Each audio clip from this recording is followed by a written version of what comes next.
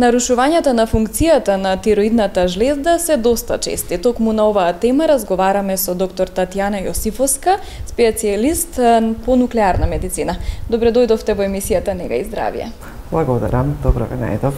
Така, на почетокот на емисијата да разјасниме каква функција има тироидната жлезда. Значи, тироидната жлезда е едно мало органче што тежи само 20 грама, а има голема улога во функционирањето буквално на сите органски системи. Таа го регулира целокупниот метаболизам во организмот, учествува во создавање на топлина во организмот, синтеза на протеини и така натака. Значи, под нејзина диригентска палка е работата буквално на сите органски системи и доколку таа не функционира добро, има многу шаренолика слика, клиничка, тегоби од буквално сите органи во организмот. Зависно од тоа дали се работи за зголемена функција на тироидејата, зборуваме за хипертиреоза и имаме забрзан метаболизам, или пак се работи за намалена функција на тироидејата, кога зборуваме за хипотироидизам, има забавен метаболизам во организмот. Така, да ги опишеме подетално овие нарушувања на функцијата, кои се симптомите кои што ги предизвикуваат и како еден пациент може да забележи дека нешто не е во ред со тироидната жлезда? Значи, ќе почнеме со хипотиреозата, која што е многу честа болест. Болест која што се должи на намалено создавање на тироидни хормони во организмот од страна на тироидната жлезда. Се работи за забавен метаболизам и аналогно на тоа имаме кај пациентот појава на поправање, значи зголемување на телесната тежина при еден нормален апетит, при нормален начин на живот како и претходно. И најчесто тоа е првиот знак за поради кој што пациентите бараат помош кај докторот.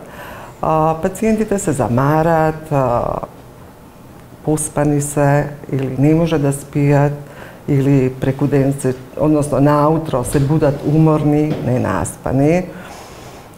Понатаму имаат обстипација, запек, се ремети менструалниот циклус кај жените, или е нередовен, или е обилен, има опагање на косата, кршливи ногти, сува кожа, менување на гласот, исто така еден од почестите симптоми кај пациентите. Понатаму постои заборавност, намалена концентрација, лесно менуваат расположение, депримирани се и така натаму. Кога се работи за зголемена функција на тироидната жлезда, кога зборуваме за хипертиреоза, значи заради брзиот метаболизам, пациентите намалуваат телесна тежина, односно при една нормална исхрана, нормален начин на живот слабеат, нервозни се потат, жедни се, имаат чести меки столици, исто и при оваа состојба има опагање на косата, исто може лесно да менуваат расположение, така да тоа се најчестите тегоби заради кои што се бара помош. Така, кога веќе ќе се обратат на лекар, што следува понатаму, кои испитувања се прават и како се лекува? Значи, комплетно испитување на тироидната жлезда опфаќа процена на морфологијата на тироидејата, ехопреглед, кој што ни покажува како изгледа жлездата, дали е зголемена, намалена, има јазли во жлездата и така натаму, и процена на функцијата на истата преку анализа на тироидни хормони, тоа се T4 и T3 хормоните, и секако TSH хормонот, хормон на хипофизата, жлезда во мозокот што ја контролира функцијата на тироидејата. Доколку постои јазел во тироидејата, треба да се направи цитодиагностичка функција, испитување кое што ни покажува за каков тип на промена станува, односно дали се работи за бенигна или малигна промена на тироидејата. Функцијата на јазелот не ја правиме кога ние се сомневаме ехографски дека се работи за малигномна тироидејата. Туку секој што има јазел во тироидејата треба да направи функција. Значи, алгоритамот на испитување кај тие пациенти вели да секој што има јазел треба да направи ехопреглед, анализа на хормони и функција на тироидејата. Во зависност од цитолошкиот наод, понатаму или останува да пациентот се следи повремено да се прават контроли или доколку се покаже дека се работи за малигном на тироидејата, потребна е хируршка интервенција. Така се лекува со медикаментозна терапија?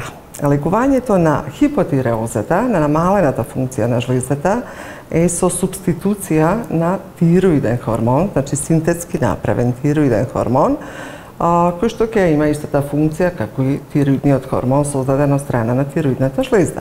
Значи, кога зборуваме за хипотиреоза, станува збор за намалено создавање на тироидни хормони, следствено на што се јавуваат тие типични тегоби на запавен метаболизам.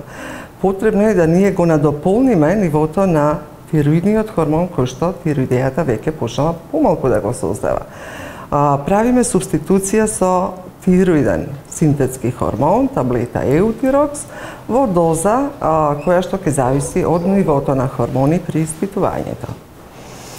Лекот се пие доживотно, бидејќи ние само додаваме тоа што недостасува. Меѓутоа, процесот на пропагање на жлездата продолжува. Лекот не овозможува стопирање на процесот на пропагање и обновување на функцијата на тироидејата во никој случај. Лекот апсолутно нема никакво влијание врз тироидејата. Со кое темпо ќе пропаѓа жлездата е многу индивидуално. Најчеста причина за хипотиреоза, значи за намалена функција на жлездата, е едно хронично автоимуно воспаление, Хашимотов тироидит.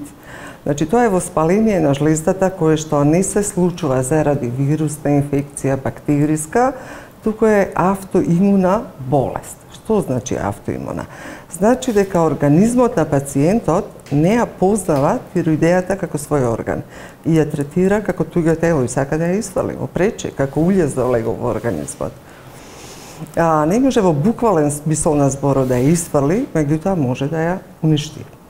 Тоа го прави преку создавање на тироидни антитела, кои што по циркулацијата стигнуваат циљано само кон тироидната жлезда и ја напаѓаат и всушност почнуваат да го реметат процесот на создавање на хормони и затоа жлездата почнува да откажува, почнува да работи помалку од нормално. Со кое темпо ќе пропаѓа жлездата, ќе кажам повторно, е многу индивидуално, никој не може однапред да предвиди. За да се добие оваа болест, улога игра генетиката. Значи, сигурно има тој пациент во фамилијата, уште некој што ја има истата болест, тригер да токму тогаш се појави болеста е обично стресот, кога доаѓа до падне имунитетот, се намалуваат одбранбените снаги на организмот и тогаш се појавува болеста. Така да не така ретко имаме ние цели фамилии, баба, мајка, керка, внука, кои што се лекуваат од истата болест. Значи, тоа е најчестата причина за хипотиреоза. Кога се работи за зголемена функција на тироидејата, постојат три начина на лекување на болеста на жлездата. Првиот е медикаментозен, значи наједноставен, елегантен пат на лекување на болеста со таблети.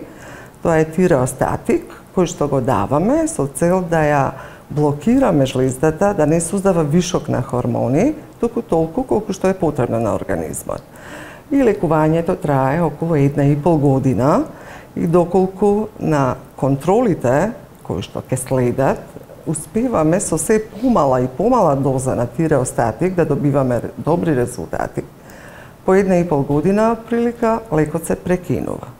Меѓутоа, болеста може да се повтори и месец дена по прекина лекувањето. Значи, може не рецидивна болеста.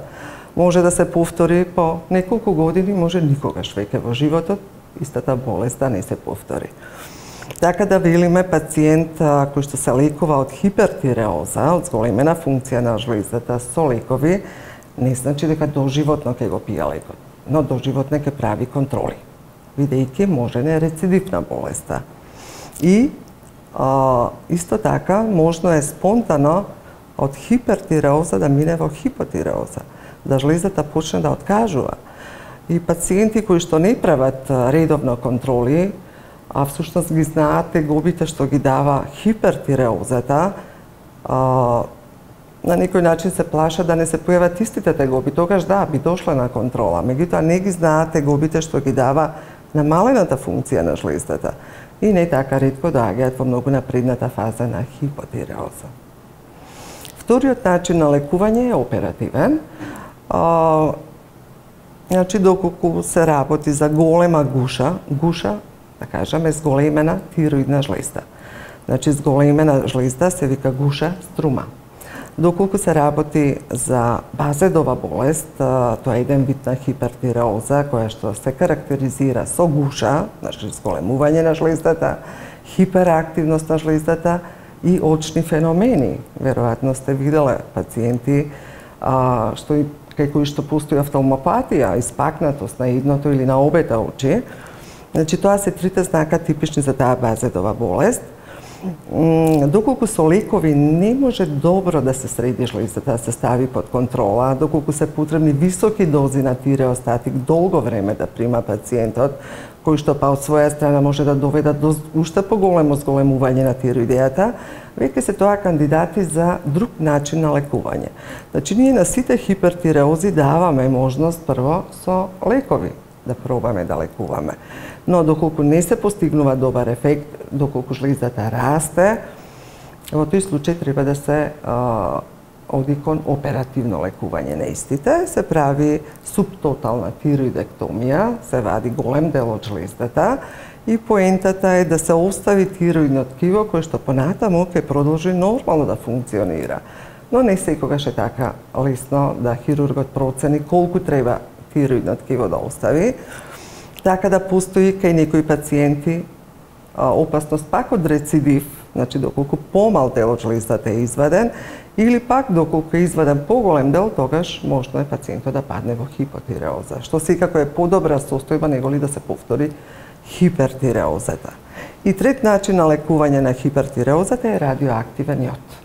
Значи, тоа е изотоп кој што се аплицира перос преку уста во вид на течност, во вид на капсула и се дава кај пациенти кај кои што не може оперативно да се третира пациентот, не оди лекувањето со тиреостатик како ние очекуваме. Тоа е третиот начин, меѓутоа, бидејќи се работи со изотоп, се дава кај повозрасни пациенти, не кај млади особи и така натаму. Тоа се начините на лекување на хипертиреоза. Споменавте дека стресот е една од причините за нарушување на функцијата. Кои се другите причини, ризик фактори за ваквите состојби? Генетската предиспозиција е многу битна. Значи, повеќето тироидни заболувања генетски се пренесуваат, така да пациентот е предиспониран некогаш да добие таа болест, како што е базедовата болест, како што е Хашимотовиот тироидит. Меѓутоа, постои заболување на тироидејата од вирусна етиологија, значи на пролет, на есен, не така ретки се субакутните тироидити, кои што се со вирусна етиологија, кои што имаат малку драматична клиничка слика, доаѓа до вирусно воспаление на тироидејата, кое што дава многу интензивна болка во вратната регија, со покачена температура, лесно покачена температура, и во таа прва фаза, велиме хипертиреотична фаза, заради деструкција на тироидното ткиво, има изливање на големи количини на хормони во циркулацијата и пациентите ги имаат истите текоби како што ги имаат кога се работи за зголемена функција на жлездата. Значи, тегоби што се должат на зголемена концентрација на тироидни хормони во циркулацијата. Но тука не се лекува пациентот со тиреостатик, бидејќи е вирус во прашање, не е потребна антибиотска терапија, него симптоматска терапија како аналгетици, антипиретици, значи лекови за намалување на болка, на температура и така натака. Меѓутоа не така ретко нивото на хормони, бидејќи е идентично како и кај хипертиреозата, високи тироидни хормони во циркулацијата, знае клиничко да завара трак и пациентите да бидат лекувани погрешно како да се работи за хипертиреоза. Друга тироидна болест е гушата, струмата. Значи, не се знае која е етиологијата. Тоа се пациенти кои што имаат зголемена тироидна жлезда, меѓутоа беспрекорно нормална функција има тироидејата. Велиме еутиреотична струма е во прашање. Знаеме дека Балканот, ние исто така сме ендемско подрачје, водите се сиромашни со јод, се што расте на оваа почва е сиромашна со јод, така да во минатото тие големи гуши струми се должеле токму на недостатокот на јод во исхраната. Жлездата, за да создаде доволно хормони кај тие луѓе, морала компензаторно да хипертрофира и тоа се тие големи гуши што ги носеле луѓето, особено жените, бидејќи сите тироидни заболувања се 6 до 8 пати почести кај женскиот пол, меѓутоа мажите апсолутно не се поштедени. Така да, ради недостатокот на јод, жлездата морала да хипертрофира и да се јави таа голема гуша. Лекувањето тогаш било со јод, со капки јод. Меѓутоа, од кога се јодира солта кај нас, болести на тироидејата ради недостиг на јод не постојат. Тоа морам да нагласам, бидејќи многу е погрешно мислењето дека се што се однесува на тироидната жлезда се лекува со додавање на јод. Нашиот народ знае за едно старо лекче што на времето помагало, се прави од млади зелени ореви, па го чуваат во алкохол или во мед, па на сонце и така натаму. И зелената лушпа од оревот испушта огромна количина на јод.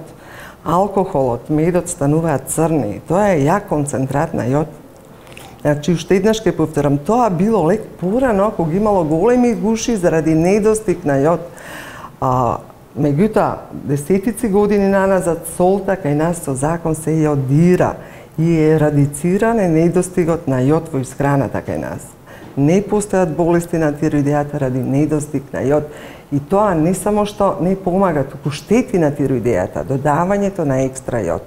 Значи, тоа нашиот народ да го заборави како лек за тироидна жлезда. Така, сега дали може да се превенираат заболувањата на тироидната жлезда, особено доколку знаеме дека нели е генетска болест, доколку некој во фамилијата имал претходно некое нарушување, како да постапиме во тој случај? Да се превенира, не може да се превенира, бидејќи не зависи нити од начинот на исхрана, нити од начинот на живот заболување на тироидејата. Доколку има податок дека некој се лекува во фамилијата или се лекувал, едноставно контролни прегледи да се прават. Бидејќи да, може генетски да тоа во неколку генерации се јавува заболување, и секако според советот на докторот, повремени контроли да се прават, и тоа е начин да и навремено се открие заболувањето на тироидната жлезда, навреме да се стартува терапија и пациентите апсолутно да не ги почувствуваат тегобите што ги дава заболувањето на тироидејата, посебно кога зборуваме за хипотиреозата. Значи, хипотиреозата е многу подмолна болест, намалената функција на жлездата, бидејќи дава неспецифични тешкоти, дава замор, поправање, малаксалост, поспаност и така. И обично, реков, жените почесто страдаат, сите тие тегоби си ги припишуваат на возраста. Значи, очекувано е на оваа возраст, вака да се осеќам. Времето се менува, затоа јас вака се осеќам, а всушност тироидејата ги прави тегобите. Затоа велиме поготово женскиот род, жените кои ќе дојдат околу 40-та година возраст, ама буквално никакви тегоби да немаат, треба да си ја проверат тироидната жлезда, без разлика дали има или нема некој во фамилијата. Затоа што многу едноставно, елегантно се лекува таа состојба, дава перфектни резултати терапијата, пациентите отлично се чувствуваат. А инаку нема добра и лоша храна што се однесува до тироидната жлезда. Доколку се работи за Хашимотов тироидит, може да се вклучи во исхраната селен, може суплементација да се прави, меѓутоа повеќе тоа се однесува на брамбените снаги на организмот да се подобрат. Што се однесува до болеста на тироидејата, потребно е да се додаде тироиден хормон во доза како што ќе покаже анализата на хормоните при прегледот. Значи, да се субституира тоа што недостасува. Друг лек нема. Колку се чести во нашата земја овие заболувања во споредба со светот? Многу се чести, а мислам дека огромниот број на пациенти што во денешно време се детектираат, повеќе се должи и на тоа што многу повеќе се мисли на тироидејата како причина за бројни тегови кај пациентите, за разлика од порано. Порано има пациенти што не знаат дека постои тироидна жлезда во нивниот организам, а камоли да знаат какви тегови може да даде. Чести се заболувањата што се однесува до струмата, односно јазли во тироидната жлезда. Светската статистика вели дека секој трет човек на планетата има едно или повеќе чворчиња во тироидната жлезда. Меѓутоа, не секоја промена во морфологијата на жлездата бара третман. Доколку се хормоните добри, ќе повторам, значи лек нема за тироидејата. Лек за тироидејата даваме кога постои промена во функцијата на истата, кога постои дисбаланс на хормоните. Така, и колку се чести малигномите на тироидната жлезда? Па се чести малигномите. Значи, постојат повеќе видови на карциноми на тироидејата. Може не папиларен, фоликуларен карцином, медуларен и анапластичен, кој што е најопасниот практично. Најчесто е папиларниот тип на карцином. За да постои карцином на тироидејата, значи прво треба да детектираме јазел во тироидната жлезда. Значи ехото е многу битно. Тироидните хормони може да се беспрекорно нормални, воопшто да нема отстапување од нормалата. Меѓутоа, ехото ни кажува дали постои јазел. За да постои карцином, значи мора да има јазел во тироидната жлезда, па функцијата е испитувањето кое што ни покажува дека се работи за малигном. Карцином на тироидејата со лекови не се лекува, подитно треба да се хируршки отстрани, не јазелот само, туку целата тироидна жлезда, значи се прави една тотална тироидектомија. Потоа се аплицира аблативна доза на радиоактивен јод, отприлика 1 месец по оперативниот зафат. Тоа е нешто што се работи на Институтот за патофизиологија во Скопје. Приватни ординации не може да работат со изотопи и потоа се стартува терапијата со тироиден хормон, значи се врши субституција на тоа што недостасува со еутирокс како таблета доживотно. И се прават по време на контроли, се одредуваат хормоните, се прави ехо преглед на контролните прегледи, се одредуваат туморските маркери и што се однесува до тој папиларен тип на тироиден карцином, само името му е лошо. Текот на болест апсолутно е многу бенигна. Така да секогаш е добро кога нешто на време ќе се открие, на време ќе се стартува лекувањето и пациентот буквално се излекува. Тоа може единствен тип на карцином во човечкиот организам од кој што пациентот буквално комплетно ќе биде излекуван. Но останува доживотно да си го пие лекот. Така, тоа би била и пораката за крај за сите промени во човековото здравје, веднаш да се обратат на лекар, така? Точно, најдобро. Ви благодарам многу на разговорот. Молам, фала и вам.